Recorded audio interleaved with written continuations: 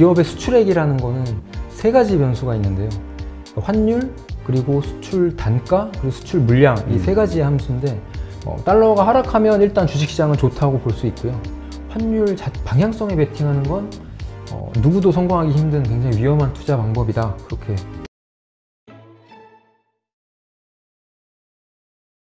오늘은 환율 모르면 주식 투자 절대로 하지 마라 책의 저자이신 백석현 저자를 모셨습니다. 안녕하세요. 네, 안녕하십니까. 네, 지금 신한은행에서 또 이코노미스트로 활동을 하고 계시죠? 예. 네, 지금 일단 책에서 보니까 환율이 주식시장을 안내한다라는 말씀을 하셨는데 이건 어떤 의미로 저희가 생각해야 될까요?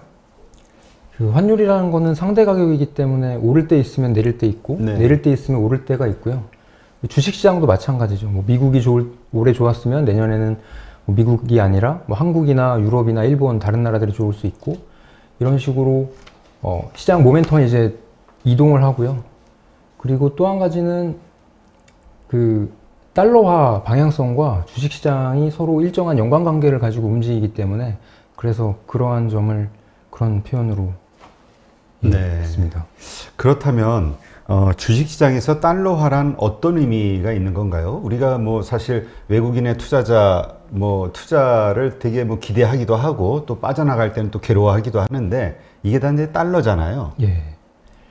그 달러화는 뭐 우리도 달러화 하면 떠오르는 게 갖고 싶은 돈 뭐 이런 이미지가 있듯이, 달러화는 전 세계인의 돈이기 때문에 결국 달러화가 움직이는 곳이 전 세계 자본이 이동하는 곳이고, 그래서 달러화가 이동하는 곳에 주식시장이 상승하고 달러화가 빠져나가면 주식시장이 하락하고, 전 세계 외환시장의 거래도 결국 주식이나 채권, 뭐 부동산, 원자재 이런 걸 사기 위해서 국경 간의 자본이 이동하면서 외환시장을 거치게 되는데요.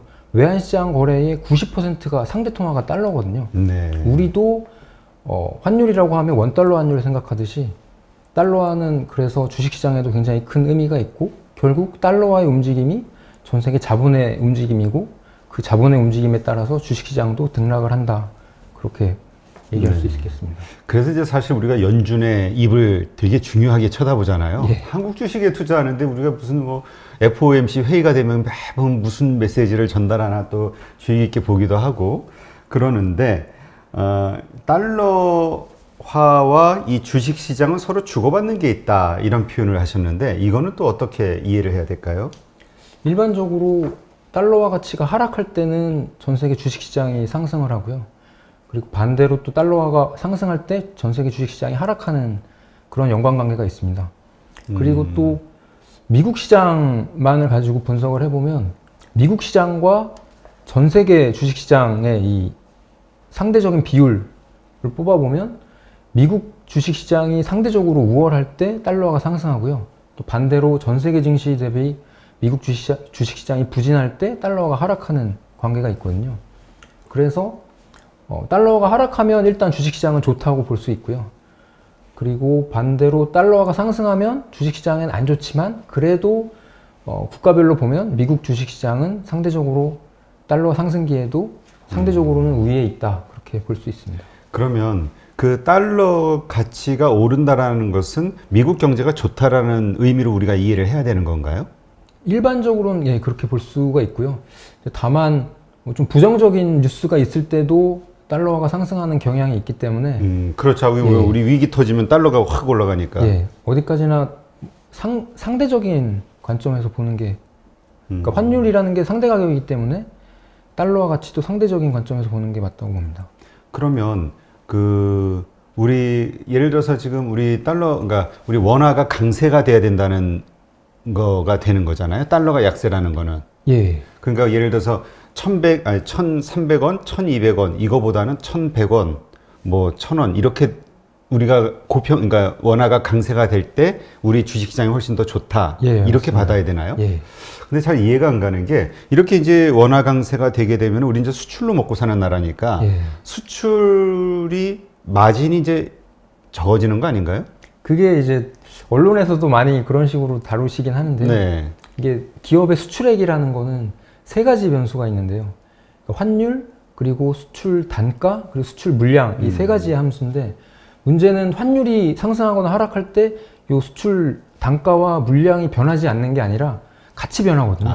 그런데 이 변화의 방향을 보면 달러가 하락할 때는 아까 말씀드렸다시피 뭐 전 세계 경제가 좋고 주식시장이 다 좋을 때 달러가 하락한다고 말씀드렸는데 그때는 수출 단가가 오르거나요. 그러니까 수출 단가가 오를 때는 예를 들면 뭐 똑같은 아이폰이나 뭐 갤럭시, 삼성 갤럭시라고 하더라도 저가 제품보다는 고가 제품이 더 잘 나갈 수 있는 거죠. 뭐 디스플레이도 그렇고요. 그래서 달러가 하락할 때 이렇게 수출 단가가 오를 수가 있고 또 전 세계 수요가 증가하면서 수출 물량 자체가 증가할 수도 있거든요. 네. 그래서 보통은 달러와 환율이 하락할 때는 뭐 수출액 자체가 줄어들 수 있는 거 아니냐, 수익성 나빠지는 거 아니냐 이렇게 생각하지만 수출 단가나 수출 물량이 더 크게 늘어나는 경우가 많기 때문에 전체적인 흐름을 보면 달러화가 하락하더라도 기업의 수출액은 오히려 늘어나는 경우가 일반적입니다.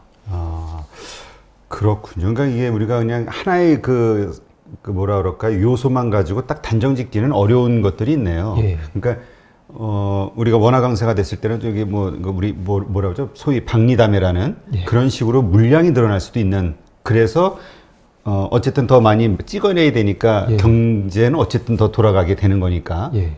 그래서 더 좋을 수 있다. 예. 그리고 고가 제품도 더 많이 팔리는 가능성도 있고요. 네.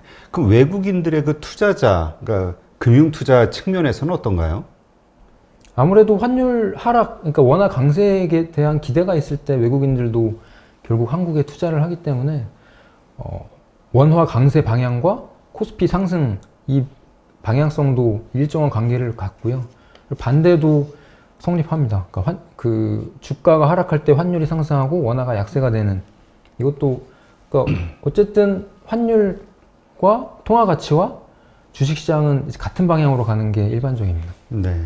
그러니까 우리가 그냥 원화 강세이기 때문에 들어온다라고 보기보다는 원화 강세가 되는 어떤 우리의 내부 예, 요인, 기대감이 있기 때문에 그게 이제 예. 지금 우리 경제의 어떤 거시적 성장 이거를 기대하는 건가요? 예, 그런 거죠. 아, 그래서 이제 그런 현상이 벌어질 때 돈이 들어온다.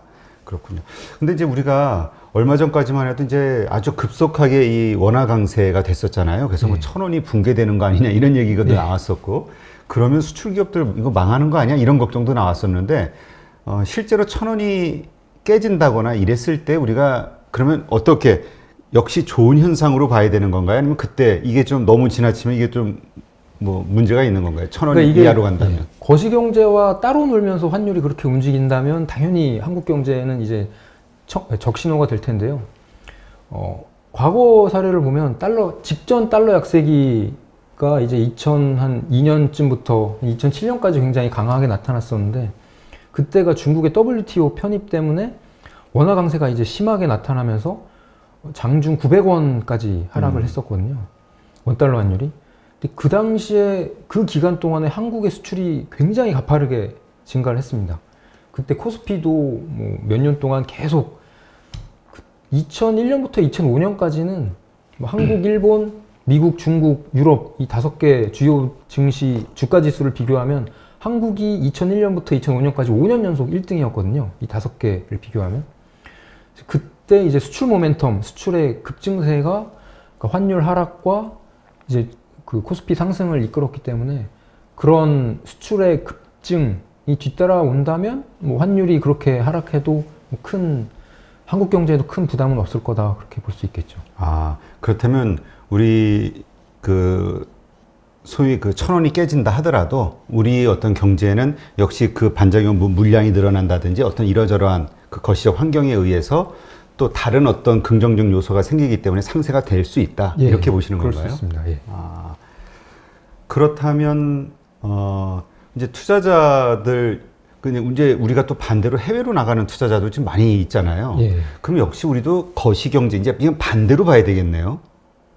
어떻게 우리가 그 해외 투자를 할 때 그 정확한 그 뭐라 그럴까요? 타이밍 이게 우리가 강세일 때 나가는 게 좋은 거죠? 좋긴 한데요. 그러니까 네. 아무래도 원화 강세일 때 해외 자산을 싸게 살 수 있는 기회가 그렇죠. 되니까 좋긴 한데 해외 투자는 사실 나의 자산 포트폴리오를 관리한다는 관점에서 보면 이질적인 상관관계가 완전히 다른 이질적인 자산, 상관관계가 낮은 이질적인 자산을 같이 보유하는 게 좋기 때문에 그래서 외국 통화에 외국 통화의 가격으로 나타나는 이제 외국 자산을 가지고 있는 건 당연히 좋다고 보고요. 그런 차원에서 원화 강세 기간에 외국 자산을 꾸준히 사들이는 거는 좋은 접근 방법이라고 판단을 하고 있습니다. 그러니까 우리도 거시적으로 계속 이게 좀 지금 강세인 상황이다. 원화 강세, 예. 그리고 달러 약세 이런 상황이다. 이럴 때 달러 자산을 지금 가서 이제 매입을 하자. 그러면 달러 자산도 상승할 수 있지만 가치도 나중에 이제 우리가 다시 이렇게 변화가 있을 때 그때는 이제 환율 차익까지 얻을 수 있으니까 뭐 이렇게 생각을 해볼 수 있는 거군요. 예. 그러니까는 우리도 그냥 미국 주식 투자하고 싶은데 하고 보면 그냥 사서 나가는 게 아니라 지금의 환율 시점을 봐야 되겠네요. 네, 근데 다만 지금이 바닥이다 이건 아무도 모르기 때문에 그렇죠. 계속 꾸준히 분할해서 매수하는 게 역시 분할 매수, 분할 매도. 아니 근데 욕심 부리시면 안 됩니다. 예. 아니 그 일본 같은 경우는 뭐 와타나베 부인이 해가지고 예. 우리가 사실 일본을 금융 문명 국가라고 이제 표현하기도 했는데 주식 투자 같은 걸 잘 안 한다고. 예. 근데 또 어떤 의견은 이 환 투자, 그 외환 투자에 대해서, 그러니까 해외 투자 이런 것들이 정말 발전한 나라이기 때문에 예. 금융 강국이라고 얘기하시는 분들도 있더라고요. 그렇죠. 세계 최대 순채권국은 또 일본이거든요. 예. 중국도 아니고요, 독일도 아니고 미국도 아닌 일본이라서 그러니까 결국 엔화가 그러니까 시장이 무너질 때 엔화가 강세를 보이는 이유도 결국 일본의 순대외 채권이 많기 때문에 그래서 이제 그러니까 일본의 펀더멘털 그리고 엔화 가치가 재평가되는 국면이 나타나는 거고요. 그래서 엔화가 안전자산인 배경이 또 거기서 있습니다. 네. 그러니까 뭐 진짜 그 전에 저희 그 와세다 대학교 그 교수님, 경제학부 교수님이 오셨는데 자신은 주식 투자를 한 번도 안 했다고 그러더라고요. 근데 자기가 하는 거는 환 투자, 월급을 엔화로 받으면 그거를 쓰지 않고 이렇게 모아놨다가 위기 상황이 되면 그때 확 팔아버린다고. 그때 이제 올라가니까. 그래서 그때 뭐 교환을 하고 뭐 그런 얘기를 하시던데 그게 일본 사람들이 상당히 그런 패턴이 많다고 그러더라고요. 이게 주기적으로 그런 일들이 벌어지니까. 예, 그게 20, 30년 동안 일본이 저금리의 대명사가 되다 보니까 자꾸 이제 해외로 눈을 돌리게 됐고 그리고 그동안 누적됐던 일본의 경상수지 흑자가 이제 축적되면서 뭐 연기금이라든지 그러니까 일본 공적 연금이라든지 해외에 자꾸 투자를 하다 보니까 국민들도 전반적으로 일본 계좌번이 해외로 자꾸 나가는 방향이 생긴 것 같습니다. 네. 자, 그 한국도 이 외환, 특히 이 환율이라든가 이런 거에 대한 전문가들이 많이 나와서 이런 것들에 의한 어떤 국부를 눌리는 혹은 그 외국에서의 꼭 우리가 물건을 만들어서 수익을 올리는 것만이 잘하는 건 아니다. 예. 금융을 통해서도 벌어야 된다. 이렇게 얘기하시는 분들이 요즘 많이 늘고 있더라고요. 그러기 위해서는 가장 처음으로 이 환율에 대한 전문가가 돼야 되는데 한국에서 환율 전문가가 그렇게 많지 않다 이런 얘기를 하시던데요. 실제로 우리의 그 환율과 관련된 뭐 금융권이 됐든 전반적인 수준은 어떻습니까? 제 은행에 있다 보니까 지점에서도 이제 PB 고객분들이 환율에 관련된 문의를 하실 때가 많은데요. 환율이 달러화만 보면 될 것 같아서 그래서 좀 쉽게 접근하시는 분들이 많으세요. 그래서 굉장히 큰 돈을 굴리시는 분도 뭐 오늘 큰 금액을 달러화나 뭐 엔화를 샀다가 뭐 나중에 좀 오르면 팔게. 그러니까 그동안 지난 한 10년 가까이 원달러 환율은 박스권에서 많이 움직였거든요. 그러다 보니까 좀 낮을 때 사서 좀 높아지면 팔지 이런 생각을 가지고 접근하시는 분들이 많으신데 근데 그러면서 결국은 마지막은 크게 손실을 보고 이제 끝내시는 경우가 대부분이었고요. 그래서 환율은 생각보다 쉬워 보이지만 환율 자체만으로 그러니까 환율 방향성에 베팅하는 건 굉장히 위험한 투자라고 생각을 하고요. 그러니까 환율을 바라볼 때 관점은 환율 자체에 투자할 게 아니라 예를 들자면 뭐 달러와 자산, 그러니까 외국 자산을 내 자산에 포함시켜서 나의 자산 포트폴리오를 안전하게 만드는 관점에서 이제 외국 자산을 담는 건 좋지만 환율 방향성에 베팅하는 건 누구도 성공하기 힘든 굉장히 위험한 투자 방법이다. 그렇게 말씀드리고 싶습니다. 소위 우리 FX 투자라고 하잖아요. 예. FX 마진. 예. FX 마진 거래. 그걸로 뭐 진짜 뭐 손해 보신 분들 많다는 그리고 또 변동성이 엄청 크기 때문에 쉽게 돈을 벌 수도 있지만 또 엄청 날릴 수도 있다. 이런 게 그 일반적인 이야기더라고요. 뭐 해보질 않아서 경험이 없으니까 잘 모르겠는데. 일례로 뭐 너무 먼 얘기이긴 하지만 그 존 메이너드 케인즈 있잖아요. 거시경제학의 거장. 그때 그 독일이 초인플레이션이었던 1차 세계대전 그렇죠. 이후에 그 독일에 대해서 전쟁 배상금 물고 이런 파리 평화회담 처음에 영국 대표로 그 참여를 하셨었거든요. 근데 이제 돌아가는 얘기 보니까 와 이거 독일 완전 망하게 가는 분위기다. 이걸 이제 캐치를 하시고 결국 이제 본인의 이제 목소리가 그 반영이 안 되면서 발은 빼셨는데 독일이 거의 망국의 길로 간다는 게 눈에 보이셨기 때문에 독일 마르크와 하락에 베팅을 하셨거든요. 그 당시에. 근데 그분도 그러니까 결국 독일이 결국 초인플레이션으로 가고 마르크화가 완전히 붕괴됐는데도 케인즈는 거기서 쪽박을 찼습니다. 왜냐하면 그 마르크화가 붕괴되기 전에 잠깐 1920년인가? 그때 한 3달간 마르크화가 반짝 반등을 했었거든요. 근데 이분이 이제 레버리지 투자를 하면서 그냥 조금만 손실이 나도 그냥 원본을 다 까먹게 되는 그런 그 포지션이었기 때문에 거기서 완전 쪽박을 차셨던 일도 있었습니다. 이번에 뭐 그 뭐죠? 그 빌황 예. 그런 거죠. 뭐 그러니까 뭐 5배짜리만 맞은서도 그렇죠? 예. 쉬워 보이고 아무리 확실해 보여도 환율에 베팅하는 건 굉장히 위험할 수 있다. 그럼 우리가 이 환율을 우리가 재산 증식을 위한 어떤 재테크 혹은 이런 투자의 측면에서 어떤 식으로 바라보고 어떤 식으로 그걸 활용을 해야 되는 건가요? 그러니까 환율이라는 거는 결국 이제 아까도 말씀드렸지만 상대 가격이기 때문에 오르면 내릴 때가 결국 올 수밖에 없고 내리면 오를 수밖에 없거든요. 그리고 지난 10년간은 달러 강세기, 전 세계적인 달러 강세기였고 그리고 여기와 맞물린 게 이제 미국 주식 시장이 다른 나라들보다 계속 지난 10년간 우위를 보여왔었잖아요. 그런데 주식 시장에서도 초과 수익이 영원할 수 없다고 얘기를 하듯이 마찬가지입니다. 아까 달러화와 미국 증시를 비교해서 설명을 드렸다시피 같이 간다고 설명드렸다시피 미국 주식시장이 거기서 나오는 초과 수익이 영원할 수 없는 것처럼 달러화도 마찬가지거든요. 지난 10년간 강세가 지속됐다는 얘기는 이 강세가 지속되긴 어려운 시간이 계속 다가오고 있다 이렇게도 볼 수 있기 때문에 그래서 결국 달러화가 아닌 전 세계에 투자하는 그런 아이디어도 괜찮고요. 그리고 또 한 가지는 그러면 원화 강세가 되면 달러화 환율이 하락하니까 그때는 또 달러화 자산을 또 저가에 살 수 있는 기회도 될 수 있겠죠.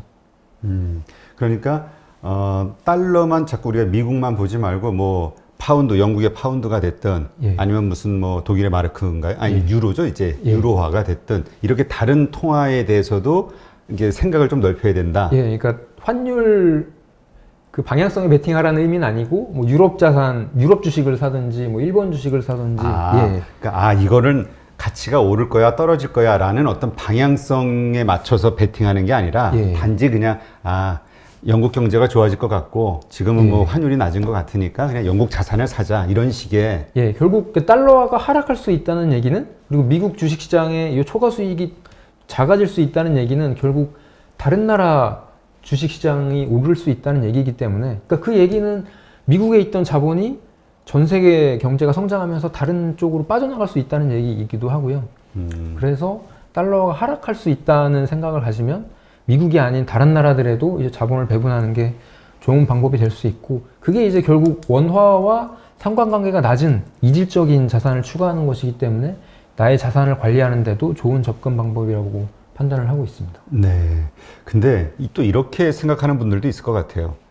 달러만 가지고도 머리가 복잡하고 이거 모르는데 이거 영국 경제까지 봐야 되고 유럽의 독일 경제를 봐야 되고 이렇게 된다면 야 이거 어려워서 하겠나 처음서부터 이렇게 포기하는 분들도 있을 것 같은데 어떻게 좀 쉽게 할 수 있는지 이건 또 계속 한번 질문을 좀 드려볼게요.